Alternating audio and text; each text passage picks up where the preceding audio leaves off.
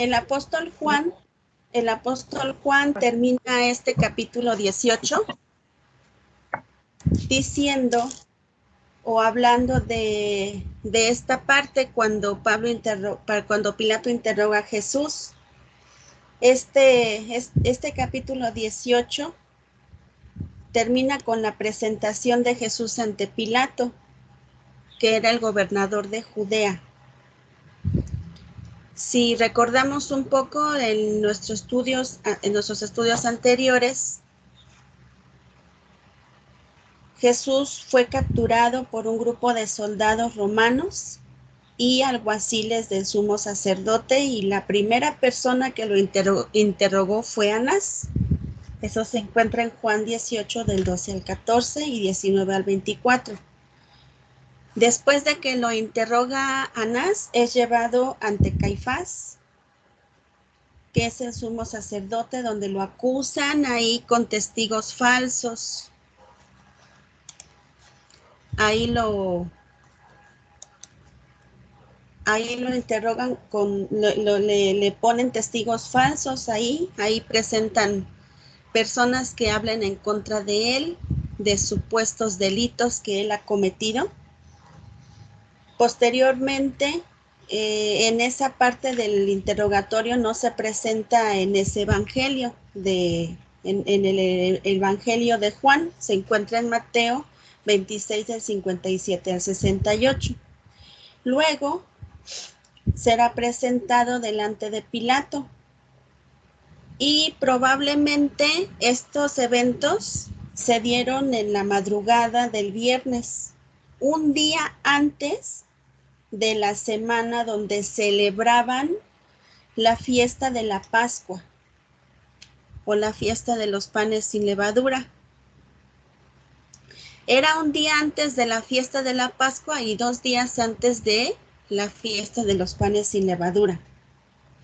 Su crucifixión estaba ya a pocas horas de ocurrir, y sus enemigos corren a Pilato para asegurarse que realmente ocurra la crucifixión, sin saber que todo lo que estaba pasando estaba conforme a las Escrituras.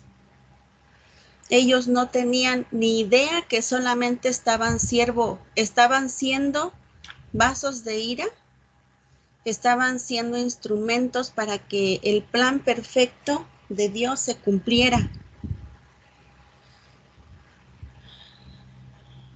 Vemos cómo este tipo de juicio que nuestro Señor Jesucristo tuvo fue realmente injusto, fue ilegal,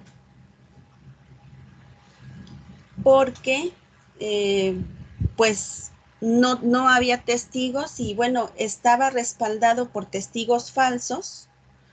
Realmente testigos veraces no había, y no había ni motivos, pero sí había testigos falsos, testigos hipócritas, y había personas, sacerdotes, y todas esas personas eran hipócritas religiosos que buscaban su muerte, y en manos de un gobernador parcial que no velaba por el bienestar del inocente, que era Pilato. A él lo que menos le interesaba era ser justo, y lo vamos a ver, o lo vemos ya en la resolución que dio cuando sentenció a Jesús.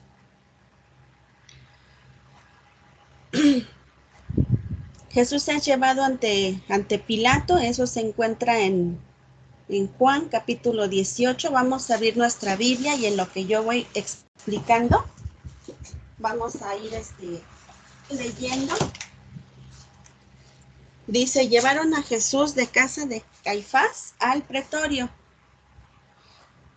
Vamos a seguir el juicio que nuestro Señor Jesucristo está recibiendo.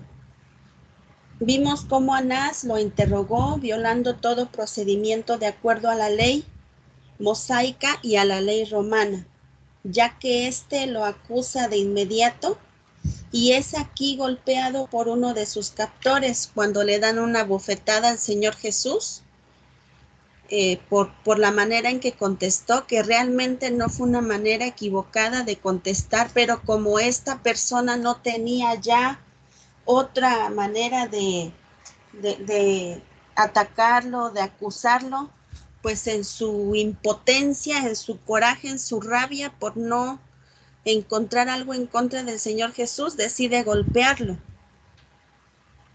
Luego, después de esto, fue llevado ante Caifás, el sumo sacerdote, donde fue acusado por testigos falsos y golpeado por sus enemigos, porque dice la palabra de Dios en Mateo capítulo 26 del 59 al 61 y al 67, que le escupieron en el rostro y le dieron de puñetazos y otros le abofeteaban.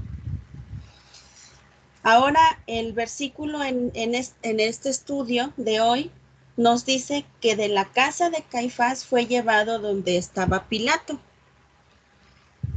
Les voy a comentar qué es el pretorio. Aquí lo vemos en pantalla.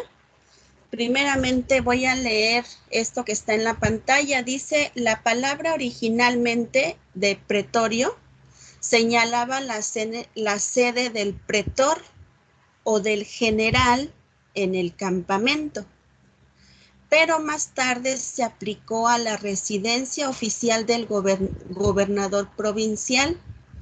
El término se usa en los evangelios para referirse a la residencia temporaria del procurador en Jerusalén durante su estadía en esa ciudad. En este edificio se realizó el juicio de Jesús ante Pilato. Si vemos aquí el edificio que está en la pantalla, este es el edificio en el que los investigadores dicen que fue el juicio del Señor Jesucristo. Por eso es que puse esta imagen, porque en este edificio estaba el pretorio donde Jesucristo fue condenado y fue enjuiciado por parte de Pilato. Entonces, el pretorio, eso era la tienda de campaña principal donde generalmente se alojaba el líder romano del campamento, aunque en este caso pareciera más acertado creer que se trataba de una residencia privada donde Pilato ejercía su control sobre Judea.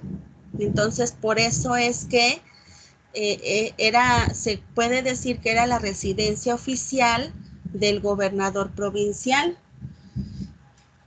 Pilato ejercía su control sobre Judea. Desde ahí, todo esto nos enseña el abuso que nuestro Señor sufrió al no recibir un juicio justo y que respetara su dignidad, ya que violando toda ley fue abusado de todos sus derechos. Entonces eso es el pretorio, ese lugar, así eso era, el lugar donde se encontraba el gobernador que estaba en ese tiempo. Posteriormente, vamos a ver pues algo tan absurdo, y esto pues nos va a enseñar acerca de estos religiosos con intenciones homicidas que estaban preocupados por cumplir sus ritos ceremoniales. Su actitud era muy contradictoria. Por un lado, ellos querían matar, asesinar, a como diera lugar a Jesús. Lo estaban acusando falsamente, buscaron testigos falsos, hicieron hasta lo imposible porque ellos se reunían para ver cómo le iban a hacer para condenarlo. Pero por otro lado, ellos estaban muy preocupados por cumplir con sus ritos ceremoniales. Bueno, el texto nos dice que ya era de mañana, muy probablemente que la mañana del viernes, se cree que era la mañana del viernes. ¿Por qué? Porque los evangelios sinópticos, que son Mateo, Marcos y Lucas, nos dicen que estos hombres religiosos se habían puesto de acuerdo para presentar a Jesús ante las autoridades romanas con falsas acusaciones. Quiero que leamos, por favor, Mateo 27:1. Ahí se encuentra. Entonces, por eso se cree que ya era de mañana y que era la mañana del día viernes. Y más adelantito vamos a ver también por qué se cree que era ese día. Mateo 27, 1. Y dice así la palabra de Dios.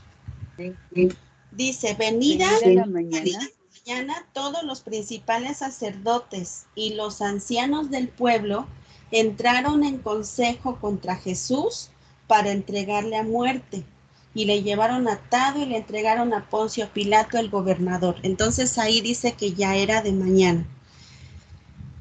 Bueno, fue así que estos hombres llevaron a Jesús ante Pilato, pero ¿qué creen, hermanos? No querían entrar en el pretorio para no contaminarse porque querían participar de la Pascua.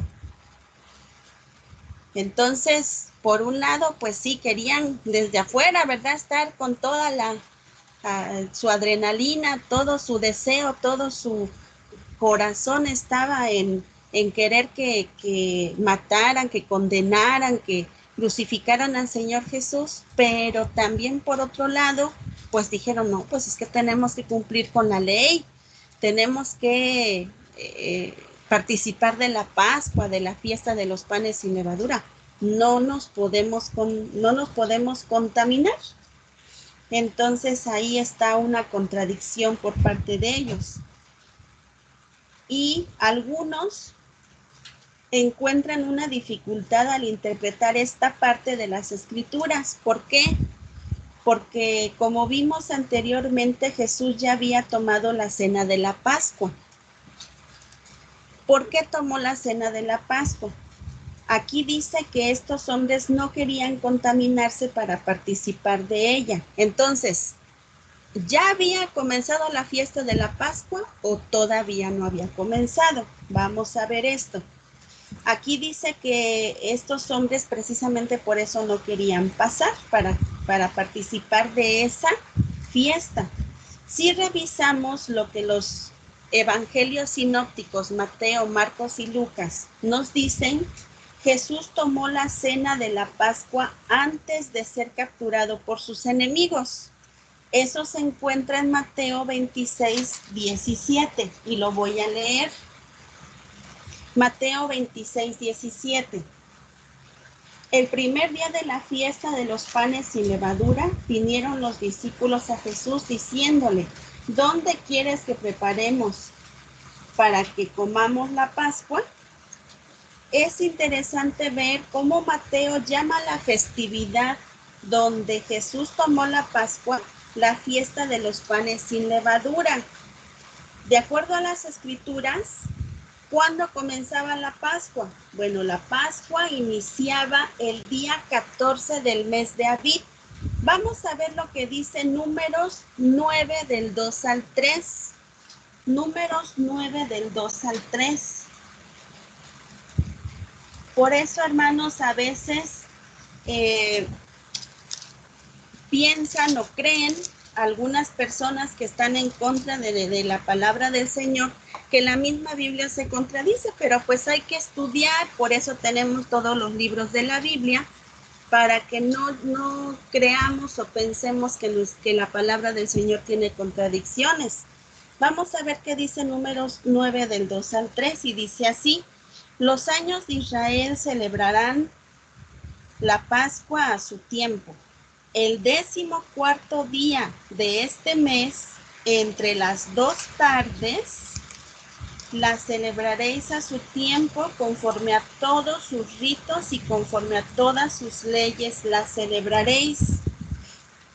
Entonces es en el día 14 del mes de Abib, que era ese mes del que habla la palabra de Dios. Inmediatamente al siguiente día de iniciar esta fiesta que menciona números 9 del 2 al 3, también se celebraba la fiesta de los panes sin levadura. Vamos a ver lo que dice Levítico 23 del 5 al 6. Levítico 23 del 5 al 6.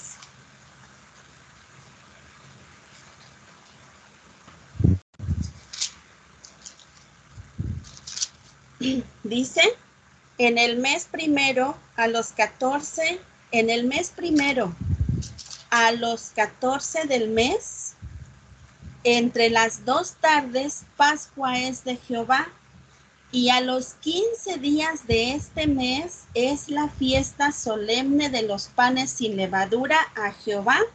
7 días comeréis panes sin levadura. Entonces, ahí está la respuesta. En el versículo 5 dice que a los 14 días del mes se comenzaba la fiesta de la Pascua, que es el día que el Señor Jesucristo comió con sus discípulos. Y después dice que a los 15, o sea, un día después, iba a comenzar la fiesta solemne de los panes sin levadura. Sabemos que para los judíos el día comenzaba a las 6 de la tarde. Entonces, ambas fiestas se celebraban a lo largo de esa semana y por ello solían llamarla también la cena de la Pascua a la fiesta de los panes sin levadura, porque una comenzaba en el día 14 de ese mes y otra comenzaba en el día 15.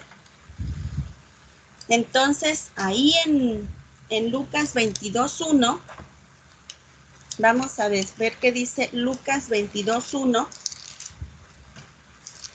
Dice así: estaba cerca la fiesta de los panes sin levadura, que se llama la Pascua.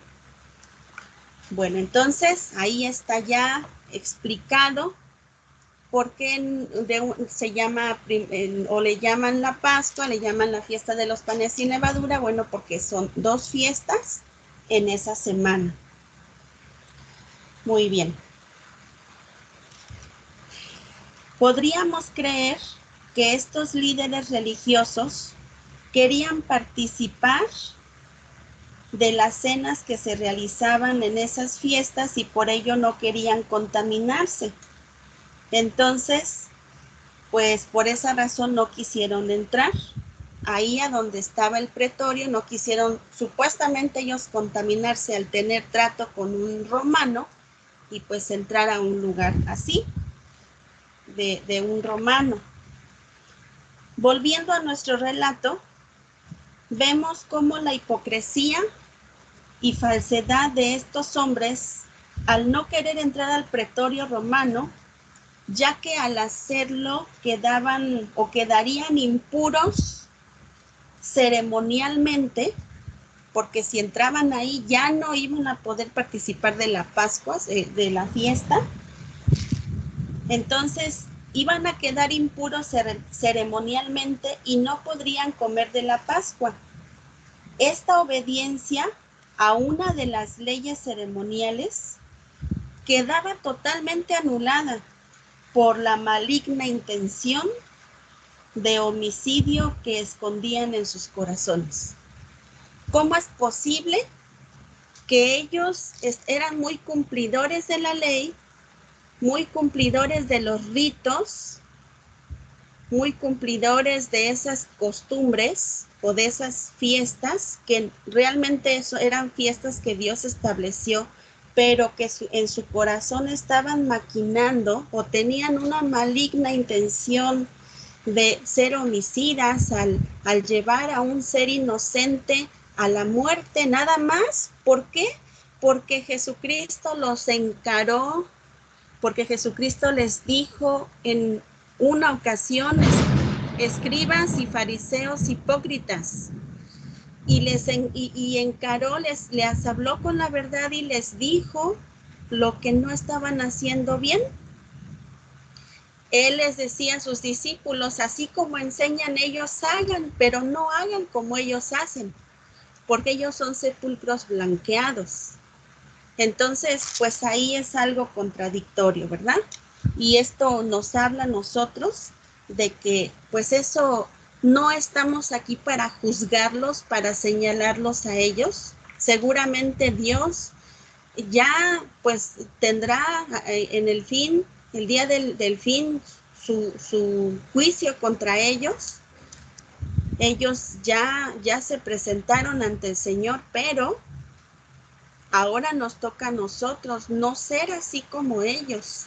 Aquí estamos para aprender nosotros de todas estas cosas que se escribieron y que nos fueron reveladas a través de la palabra de Dios, que nosotros no debemos de ser así, de querer cumplir un rito, de querer cumplir con las ceremonias, de querer hacer todo tal cual lo dice quizá una liturgia, pero que nuestro corazón esté contaminado con intenciones malignas, con malos pensamientos, con rencores, con odios, con blasfemias, con maledicencias, hablando mal de aquel o de otro o de aquella, que estemos mintiendo, que estemos viendo con ojos altivos, menospreciando a los demás, etcétera. Decenas de pecados que podríamos tener en nuestro corazón, pero eso sí, bien cumplidores de las ceremonias. Entonces, esto nos enseña a que no es para acabarnos a los sacerdotes, para juzgarlos, sino es para mirar dentro de nuestro corazón, probarme yo misma y decir, ¿estoy siendo así? ¿Me puedo reflejar en los fariseos y en los sacerdotes hipócritas?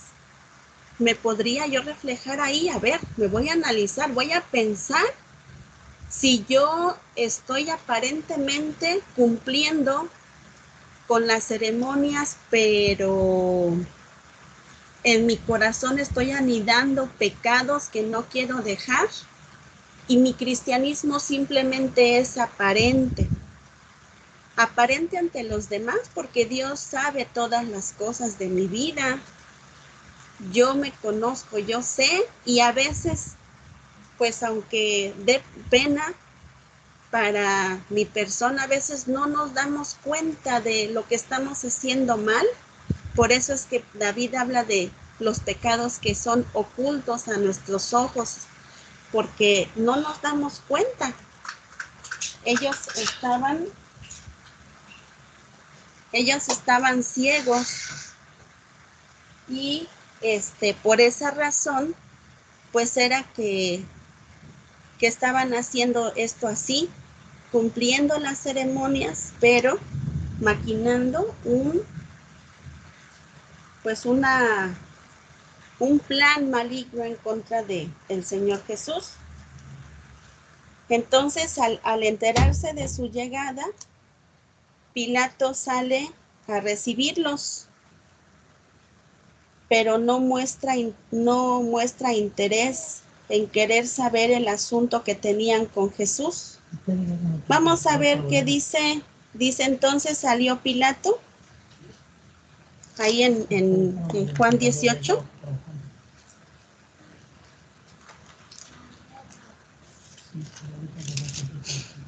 Dice así. Entonces, en el versículo 29. Entonces salió Pilato a ellos y les dijo, ¿qué acusación traes contra este hombre?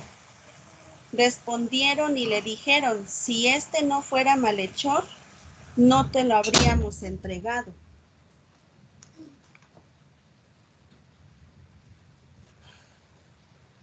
Entonces les dijo Pilato, tomadle vosotros y juzgadle según vuestra ley. Y los judíos le dijeron, a nosotros no nos está permitido dar muerte a nadie.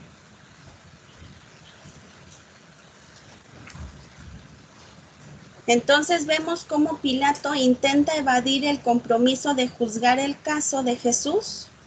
No le da importancia y les pide a los sacerdotes que sean ellos mismos los que juzguen a Jesús, ya que de acuerdo a la ley romana se les permitía juzgar casos pequeños, pero no al punto de condenar a alguien a la muerte. Entonces ellos no podían hacer eso, por eso a estos religiosos les superurgía presentar a Jesús ante Pilato, porque él sí tenía esa autoridad. Si vemos aquí, estos hombres malvados ya habían dictado sentencia de muerte en contra de Jesús. En su mente y en su corazón Jesús ya estaba sentenciado a muerte. Según estos, lo acusaban de ser un blasfemo y de acuerdo a la ley mosaica, tal pecado se pagaba con la muerte por lapidación. Eso se encuentra en Levítico 24:16. Vamos a leerlo. Levítico 24:16. Y el que blasfemare el nombre de Jehová ha de ser muerto. Toda la congregación lo apedreará, así el extranjero como el natural. Si blasfemare el nombre, que muera. Entonces esa era una ley que tenía que morir así todo blasfemo. Sin embargo, por las leyes romanas no se les permitía ejecutar sentencias de muerte a los judíos y por eso lo llevaron a donde Pilato estaba. Además de todo esto, es obvio que estos hombres no querían cargar con la muerte de Jesús. Ellos no querían ser culpables. ¿Por qué? Bueno, porque a Jesús lo seguía mucha gente.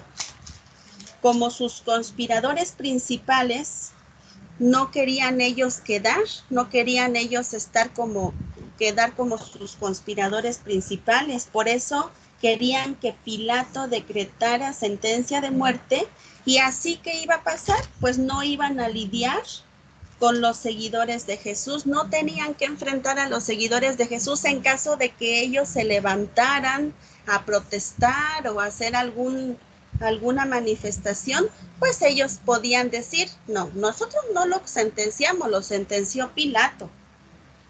Entonces, pues todo esto estaba bien planeado por ellos, para que ellos quedaran libres de toda culpa, aparentemente. Ahora, es interesante ver cómo Juan resalta el hecho de que todo esto estaba pasando. ¿Para qué? Para que la escritura, para que se cumplieran las palabras de Jesús, había dicho en cuanto a su muerte por crucifixión. Vamos a ver qué dice Juan 12:32 al 33. Juan 12:32 al 33. Dice así: y yo, si fuere levantado de la tierra, esas son palabras de Jesús.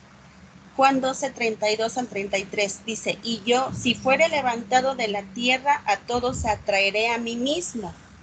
Y decía esto dando a entender de qué muerte iba a morir. Entonces, pues ahí está claramente cómo el Señor Jesús habló de su muerte y cómo iba a padecer. Entonces, hermanos, en esta parte, ¿qué nos corresponde? No nos corresponde juzgar a nadie, sino vernos a nosotros mismos. Esta parte de aquí es la parte ceremonial. Aquí están los panes sin levadura. Aquí están estas hierbas que se ven aquí son las hierbas amargas. ¿Se acuerdan que ellos tenían que comer hierbas amargas para que no se les olvidara la amargura, el dolor que vivieron en Egipto cuando fueron esclavos? Esta era una clásica platillo o mesa que los judíos preparaban para esta fiesta. Ahora vamos a ver cómo cuando Pilato interroga a Jesús, que se encuentra en Juan 18 del 33 al 38. Después de discutir con los líderes religiosos, porque Pilato no quería tener nada que ver con esto, Pilato entra en el pretorio para interrogar a Jesús. ¿Y qué cosa le dijo al Señor Jesús? Vamos a ver en esta parte, versículo 33. Dice, entonces Pilato volvió a entrar en el pretorio y llamó a Jesús y le dijo, ¿eres tú el rey de los judíos? Jesús le respondió, ¿dices tú esto por ti mismo o te lo han dicho otros de mí? En este pequeño diálogo, nada más en esta parte, podemos aprender verdades espirituales de gran importancia. Pilato le pregunta a Jesús si acaso era él el rey de los judíos, y es curiosa la forma como le responde Jesús. Le dice, ¿dices tú esto por ti mismo o te lo han dicho otros de mí? Esta respuesta en forma de otra pregunta, Jesús contesta con otra pregunta, nos hace pensar en la opinión que podemos tener acerca de Jesús nosotros. Pilato le preguntaba si era rey y hoy en día muchas personas podrían preguntarse si Jesús es rey o incluso llamarle rey, pero la diferencia radica en que si lo hacen por convicción propia o porque han oído que otros le llaman rey. Y esto es una aplicación a nuestra vida. Nosotros, ¿por qué le llamamos rey al Señor Jesús?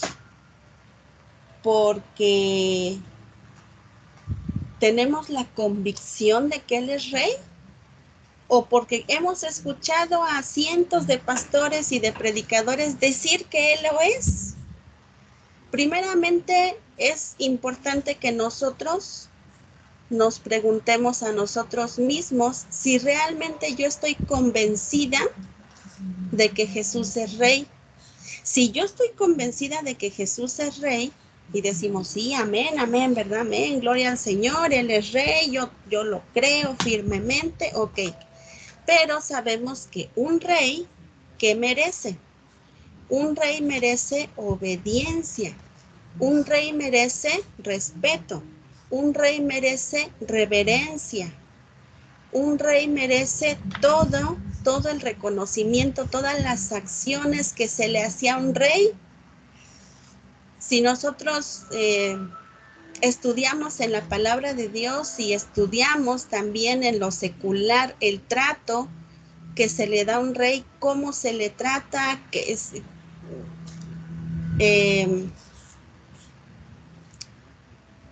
si se le debe de, si había oportunidad de desobedecerle al rey o no había opción más que obedecer, bueno, pues eso me va a dar mi respuesta más rápido. Si yo creo que Jesús es rey, entonces también me voy a preguntar yo a mí misma, ¿lo estoy obedeciendo tal cual como rey? Para mí Él es rey y de esa manera yo vivo como que Él es rey, o solamente digo que es rey porque escucho que otros dicen eso y pues para poder encajar en el grupo de la iglesia, pues yo digo que es rey. Pero realmente yo no lo veo como rey, no lo trato como rey, no lo reverencio como rey, no lo obedezco como rey. Cuando en lo personal, cuando estaba estudiando en la semana pasada esta porción y decía, bueno, ¿tú crees que Jesús es rey, Rocío? Pues sí, pero cuando vino la otra parte, entonces, ¿vives como si Jesús fuera rey? ¿Tu vida es así? Entonces, cada uno de nosotros debemos de preguntarnos a nosotros mismos y contestarnos con la verdad ante Dios, ante nadie más, hermanos, porque solamente a Él debemos de darle explicaciones, solamente a Él debemos de confesarnos ante Él, de arrodillarnos, de pedirle perdón, de alabarle y de glorificarle, porque solo Él es digno de eso, nadie más, hermanos. No tenemos por qué estar explicándole a los demás lo que Dios conoce y lo que Dios sabe. Entonces, hermanos, pues esto es algo que se queda de tarea, ¿verdad? Para nuestra vida. Creo que Jesús es rey, qué bueno que lo creo. Entonces, ¿cómo estoy viviendo? Y si no es así, pues entonces a lo mejor solamente estoy creyéndolo porque lo dice la Biblia y ya. Y como dicen que la Biblia es inefable, es infalible, y como dicen que la Biblia es inspirada por Dios, bueno, pues lo vamos a creer. Pero esto va más allá de creer. Esto va más allá de afirmar lo que la Biblia dice. Es una vida diaria de obediencia al Señor. De decir, bueno, pues la palabra de Dios dice que debo de obedecer en esto, de obedecer en esto más. Jesús me está enseñando a mí a obedecer de esta manera, a perdonar, a callar, a ser mansa, a buscar la justicia, la paz, etcétera. Entonces, como Jesús es mi rey, pues mi obligación es obedecerlo.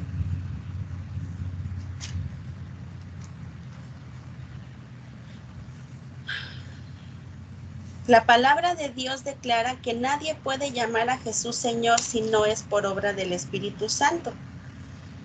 Muchos podríamos llamar a Jesús Rey, o Mesías, o Cristo, o Salvador, e incluso Dios. Pero en ellos o en nosotros no existe una verdadera convicción que a su vez es resultado de un auténtico nuevo nacimiento. Cada uno de nosotros debe asegurarse de experimentar en nuestros corazones un verdadero arrepentimiento que nos conduzca a conocer verdaderamente a Jesús de tal forma que si lo llamamos Rey, no sea porque lo hemos oído de otros, sino porque hemos experimentado un verdadero nuevo nacimiento. Pilato responde a la pregunta de Jesús afirmando que él no era judío. O sea, Pilato se salió por la tangente. Cuando Jesús le pregunta, ¿tú me dices esto porque por ti o por lo que te dicen otros? Y entonces Pilato le contesta de otra manera y le dice que él no era judío y que aún los judíos negaban que él fuese un rey. Eso lo dice en el versículo 35. Pilato le respondió, ¿soy yo acaso judío? Tu nación y los principales sacerdotes te han entregado a mí. ¿Qué has hecho? ¿Qué hiciste? Ahí otra vez la acusación como para calar al Señor a ver qué le contestaba. En el diálogo encontramos otra verdad importante. El reino de Cristo no es terrenal, sino espiritual. Cuando decimos que el reino de Cristo es espiritual, nos referimos a que no comparte los principios y fundamentos de este mundo que está dañado por el pecado. Nosotros, si decimos nosotros pertenecer al reino de Jesús, no nos está permitido participar, compartir, aceptar de los principios y fundamentos de este mundo. No nos está permitido eso. No podemos acariciar las filosofías del mundo y decir, bueno, es que no hay que ser tan legalistas, ¿verdad? En ese aspecto no. Ayer veíamos el hijo mayor en la historia del hijo pródigo. Él era legalista, pero él tenía una actitud negativa en contra de su hermano arrepentido. Estaba amargado, no tenía una comunión con su padre. Pero en este aspecto, nosotros no podemos apapachar, acariciar y medio participar en las filosofías y los principios de este mundo.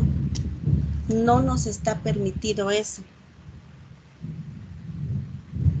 De tal forma que si así es, o sea, si estamos acariciando, más o menos estando de acuerdo con los principios y fundamentos de este mundo, El reino de Cristo es aquel donde se viven los principios de Dios y se hace su voluntad.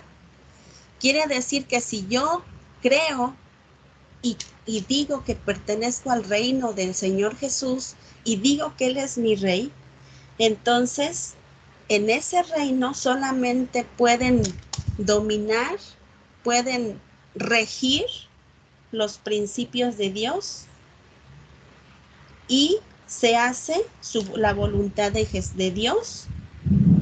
Cuando Jesús enseña a orar a sus discípulos, Él decía, venga tu reino, hágase tu voluntad como en el cielo, así también en la tierra.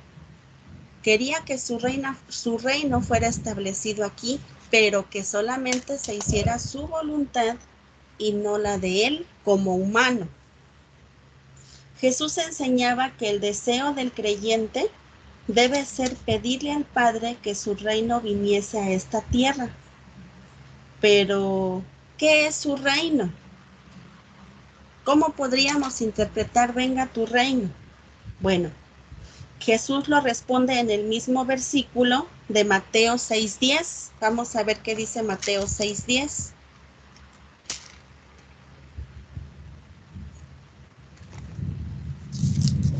Y dice así, venga tu reino, hágase tu voluntad como en el cielo, así también en la tierra. Y vamos a ver, ahí está la oración que el Señor Jesucristo dijo. Este reino consiste en que se haga la voluntad de Dios aquí en la tierra tal y como ocurre en el cielo. Esa es la respuesta de cómo podríamos pedirle al Señor que venga a su reino. Bueno, que la voluntad que se hace, que se cumple allá en el cielo, pues se haga aquí en la tierra. Igual, yo me pongo a pensar cómo cumplirán las órdenes del Señor, del Padre, cómo se cumplirán sus órdenes en el cielo.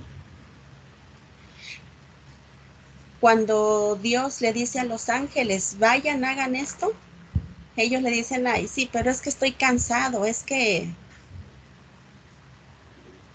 no podemos porque mira, y que le den razones para no hacer su voluntad, le pongan excusas. Pues no, sabemos que no.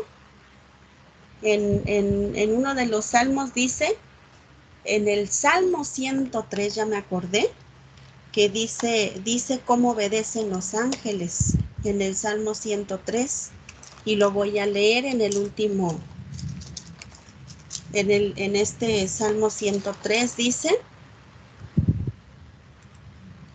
en el versículo 21, en el versículo 20, Salmo 103, 20 dice, bendecid a Jehová vosotros sus ángeles, poderosos en fortaleza, que ejecutáis su palabra, obedeciendo a la voz de su precepto. Bendecid a Jehová vosotros todos sus ejércitos, ministros suyos que hacéis su voluntad. Entonces ahí vemos cómo le obedecen al Señor. Ejecutan su palabra obedeciendo a la voz de su precepto. Así se obedece en el cielo. Entonces, de esa manera, es una petición que debemos de hacerle al Señor, que así tengamos esa capacidad de obedecer. Y ellos no fueron salvos. Los ángeles no disfrutaron de una salvación tan grande como nosotros. Ellos no fueron perdonados de nada. Por ellos no vino a morir el Señor Jesús, por ellos Él no dio su vida. Ellos no fueron de los instrumentos del amor de Jesús y del amor de Dios. Ellos no fueron la inspiración para que el Hijo de Dios muriera. Sin embargo, cuando el Padre dice algo, pues ellos obedecen. ¿Por qué? Porque Él es Rey. Por eso nada más, porque a eso están.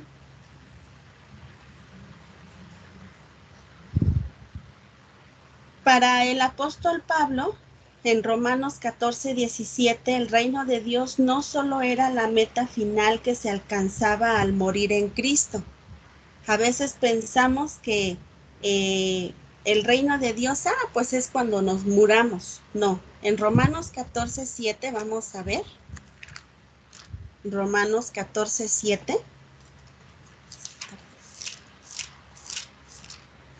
Dice así, perdón, es 14:17. Porque el reino de Dios no es comida ni bebida, sino justicia, paz y gozo en el Espíritu Santo. También el reino de Dios para Pablo es algo que se podía vivir en esta tierra. Entonces, ¿qué significa que se cumple su voluntad? Bueno, significa que vivamos de acuerdo a sus preceptos y mandamientos divinos en un mundo donde predomine el amor y le impulse a hacer misericordia y justicia a los demás, porque eso dice Pablo. Justicia, paz y gozo en el Espíritu Santo. Entonces, cuando nosotros tenemos paz, cuando nosotros tenemos gozo porque las cosas están bien, o también tenemos gozo cuando las cosas están mal. Somos pacificadores en lugar de buscar dividir o de buscar que se haga o que se tome en cuenta mi opinión. Mejor busco la paz y dejo las cosas para que Dios las juzgue.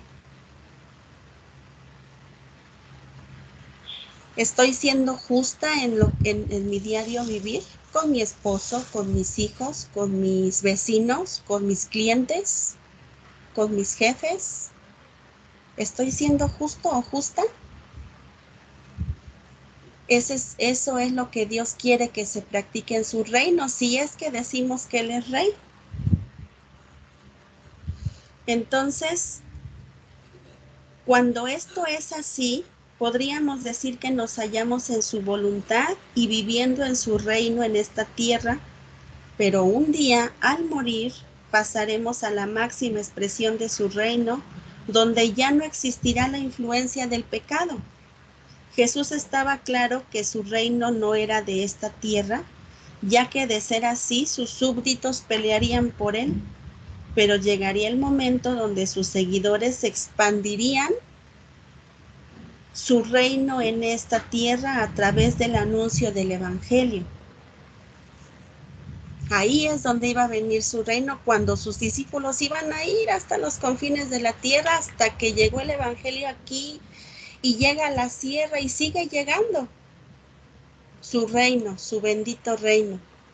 Pero los que decimos que pertenecemos a su reino, pues ya vemos cómo quiere Dios, Jesús, que se ejecute las cosas en su reino, que se vivan. Entonces, luego de esto, Pilato, él vuelve a preguntar a Jesús si era un rey. Y le dijo, ¿luego eres tú rey? Respondió Jesús, tú dices que yo soy rey. No, tú dices que yo soy rey. Yo para esto he nacido y para esto he venido al mundo, para dar testimonio a la verdad. Todo aquel que es de la verdad oye mi voz. Le dijo Pilato, ¿qué es la verdad? Es lamentable ver cómo Pilato no reconoció en Jesús al único y soberano Rey que puede darnos la vida eterna. Pero mientras Pilato y los líderes religiosos no lo reconocieron como tal, otros sí lo hicieron. Y por eso, y por estos, o otros sí lo iban a reconocer. Y por esos que iban a reconocer a Jesús como Rey, por ellos Jesús estaba ahí siendo enjuiciado, dispuesto a morir y así dar testimonio de la verdad. Pilato le pregunta, ¿qué es la verdad? Imagínense, hermanos, qué hermoso es pensar que siendo tan indignos, tan inmerecedores, no teniendo ninguna esperanza de que sus ojos de amor se fijaran en en las podridas llagas que éramos, pues Él, a sus escogidos, Él estuvo ahí, soportó, aguantó por ahí, aguantó el juicio, soportó ser enjuiciado por un gobernador terrenal, siendo Él el dueño y señor de todo el universo. Entonces, cuando Pilato le pregunta qué es la verdad, bueno, la verdad es Cristo Jesús.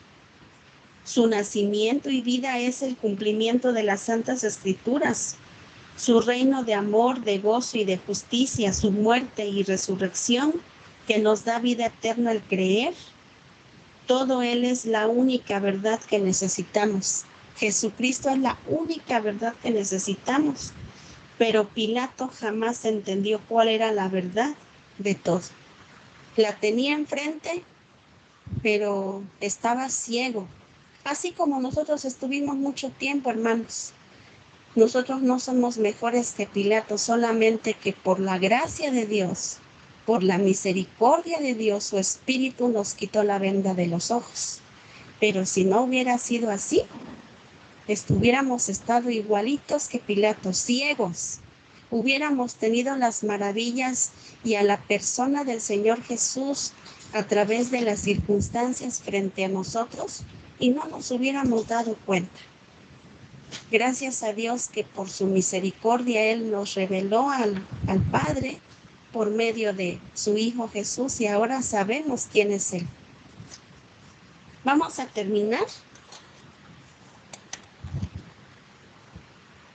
Vamos a terminar cuando dice que los judíos eligen a Barrabás. Después de haber hablado con Jesús, Pilato sale del pretorio y vuelve a los judíos religiosos que se lo habían llevado, convencido de que no había encontrado ningún delito en él, pues él estaba más que convencido, siendo pagano y malvado como era, pero él sabía que no había delito. Entonces, tampoco no tenía el valor de soltarlo, aunque tenía la autoridad para hacerlo, pero no tenía el valor de soltarlo. Qué triste es ver cómo un hombre que ha sido puesto en el gobierno por Dios para ejercer justicia no lo hace, y por miedo o por intereses propios prefiere que el inocente sea culpado. Si nosotros nos atrevemos a decir en este tiempo, ay, es que estos tiempos están muy feos porque castigan al inocente, pues no, hermanos, en la Biblia ahí está claramente cómo estos gobernadores eran así. Si sus intereses era que ellos culparan a un inocente, lo hacían, así como nuestros gobernantes de ahora. Y todo esto estaba escrito, ¿para qué? Pues para que no nos espantemos de lo que ahora vemos. Desde el tiempo aquel ya se practicaba la injusticia. Lamentablemente Pilato no estaba del lado del inocente, sino obedecía a lo que le convenía. Sin embargo, aún así continúa buscando la forma de librarlo y acude a una costumbre que tenían para este tiempo de Pascua, donde se podía liberar un prisionero, y así le pone a Jesús y a Barrabás. Un reconocido ladrón seguramente dijo, pues seguramente van a escoger a Barrabás porque ese era un ladrón, era un malvado. De esa manera quiso liberar a Jesús. Lamentablemente estos hombres cegados por su odio prefieren que se le libere, que liberen a un ladrón.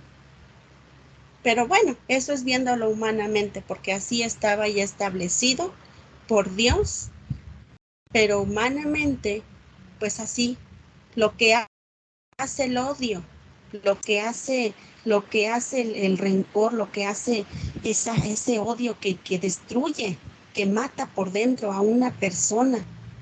Yo veo a estos varones, a estos fariseos, sacerdotes, cómo su odio hasta dónde los llevó. Y esto a mí me pone unos focos rojos grandes en mi vida, que yo no debo de permitir que en mi corazón se anide el odio, porque si yo odio y si yo no le pongo un freno al rencor, a la amargura en mi vida, esa amargura me va a terminar destruyendo a mí. Y esa amargura va a hacerme tomar decisiones equivocadas, hacer lo que no debo. Estos hombres estaban cegados por el odio. Barrabás era una persona que se encontraba preso no solo por ser un ladrón, sino por sedicioso y por homicida. Entonces, en esto, los líderes religiosos de los judíos mostraban su hipocresía y su incongruencia. ¿Por qué, hermanos? Porque era incongruente, era absurdo que quisieran liberar a Barrabás, porque al mismo tiempo que profesaban su fidelidad a Roma, según porque Jesús había dicho y blasfemado contra el gobierno y contra tantas mentiras que dijeron, y piden ellos que los romanos condenen a Jesús por ser sedicionista, piden que se ponga en libertad a un hombre que en verdad era un sedicionista. Entonces, ¿cómo estaba eso? O estaban en contra de un sedicionista o estaban a favor. Bueno, con tal de que apresaran a Jesús, con tal de que lo mataran, no les importó que Barrabás verdaderamente era un sedicionista. De alguna forma, esto anunciaba el sacrificio sustitutorio de Cristo, la muerte del justo por el injusto.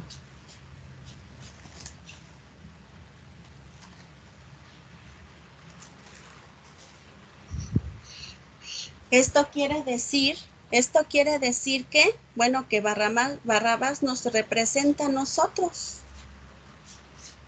Nosotros estamos, pero bien ahí, bien representados con él. Un hombre malvado que no merecía misericordia y que merecía morir. Pero tenía que cumplirse la escritura que el justo iba a morir por los injustos para llevarnos a Dios. Pilato había fracasado por segunda vez en liberar a Jesús sin saber que todo ocurría para que se cumplieran las escrituras y así nuestro Señor enfrentara su destino en la cruz.